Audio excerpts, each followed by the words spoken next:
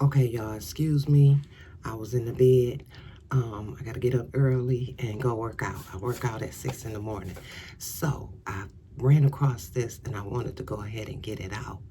It is Jarvis' brother speaking.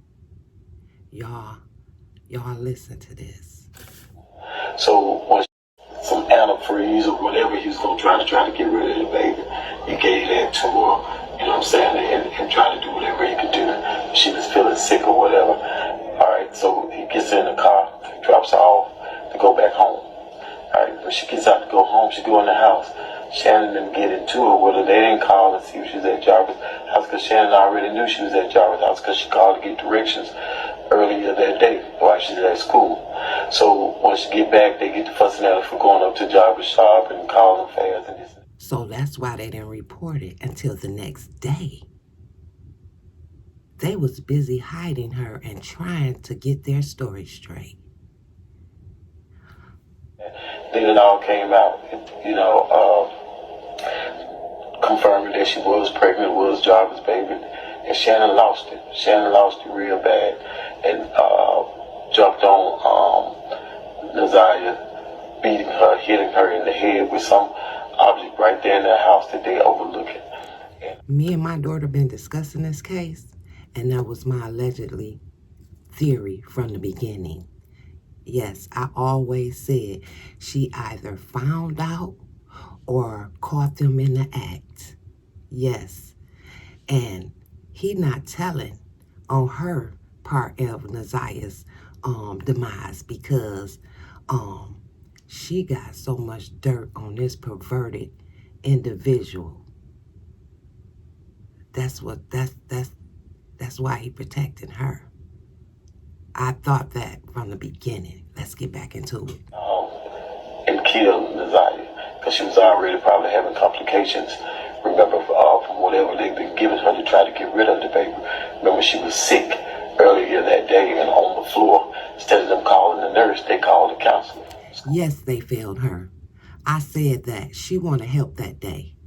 Yes, and she would have told it all had someone been there, but no one came, which made her feel unprotected and unloved once again.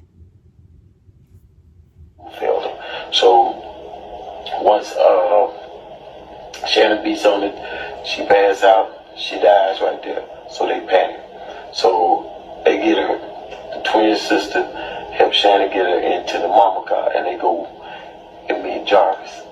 Meet Jarvis out there by where the other girlfriend lives. And Jarvis was going to all these different houses at his different girlfriend house, establishing his alibi. Because he knew what had happened between her and Shannon, that he had nothing to do with it, but knew that he was also the last person seen with her and probably would be questioned about her being unalive. So once Shannon and the sister go out there to meet them out there, they get rid of the body, right?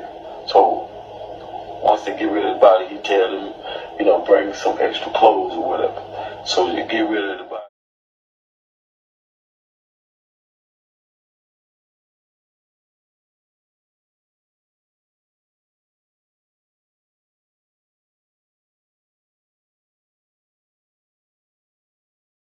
And they throw those extra clothes out, which is working.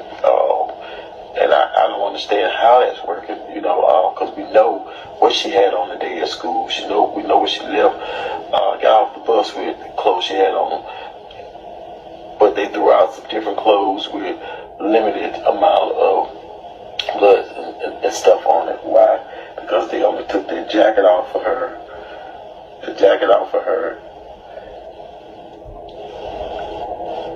and probably some other shoes and stuff that was already in the house. But she's still buried in what we saw her in, which is that colorful jacket. Now, how do he know she's buried? And then what? He sounds very confident with his story. Either Jarvis told him the full story, or either he was there. Jeans and some other shoes wherever she is, and I don't think she's buried nowhere where she can't be found because they. So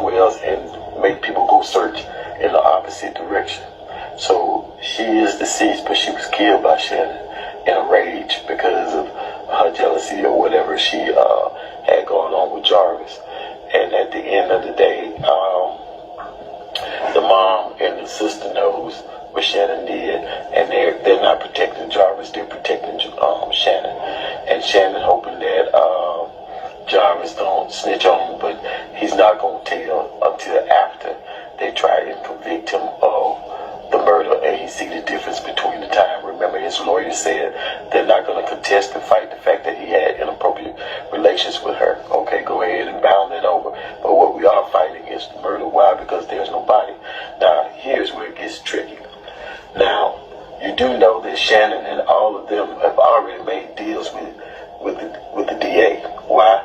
Because without Shannon, the mom, King, the fiance, without all those people, they would not have a case for murder against this young lady. So they pieced up parts of their statements and testimonies to present what it was they wanted to present to the court, that he was last seen with it and he's the one that killed him. But believe me. And justice is a bitch.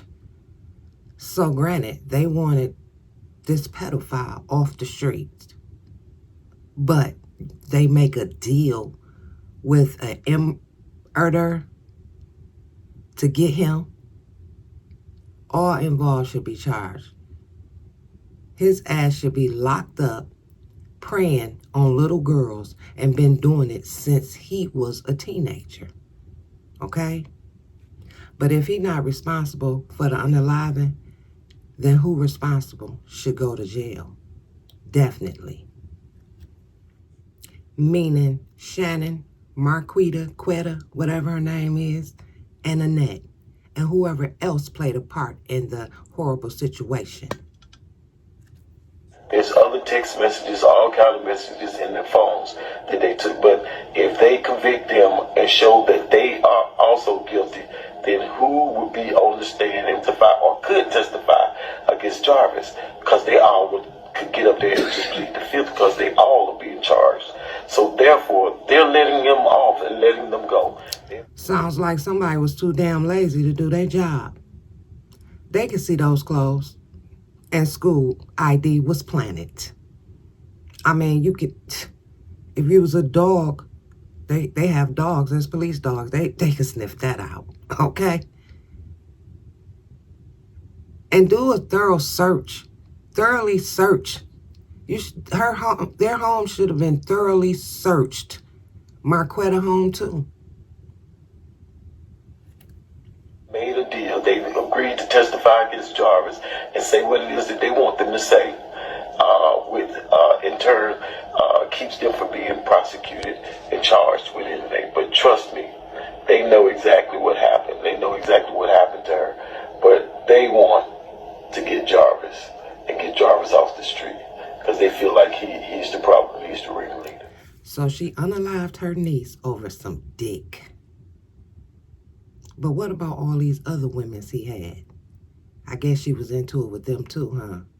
I said she was jealous that sick-ass, twisted boy wanted her niece and not her. Plus, Naziah was a cute little girl. And at the rate that Shannon is keeping his books and visiting him,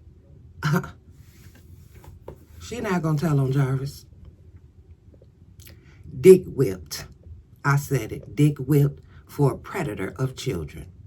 Yeah. You can tell. She just about allegedly, in her face, she looks like she would do anything to keep him. Well, you know, I believe predators deal with predators. Yes, I do. Okay? They sweep it under the rug like it ain't shit, because they're predators too. Guys, let me know what y'all think about this audio, okay? This could be the truth.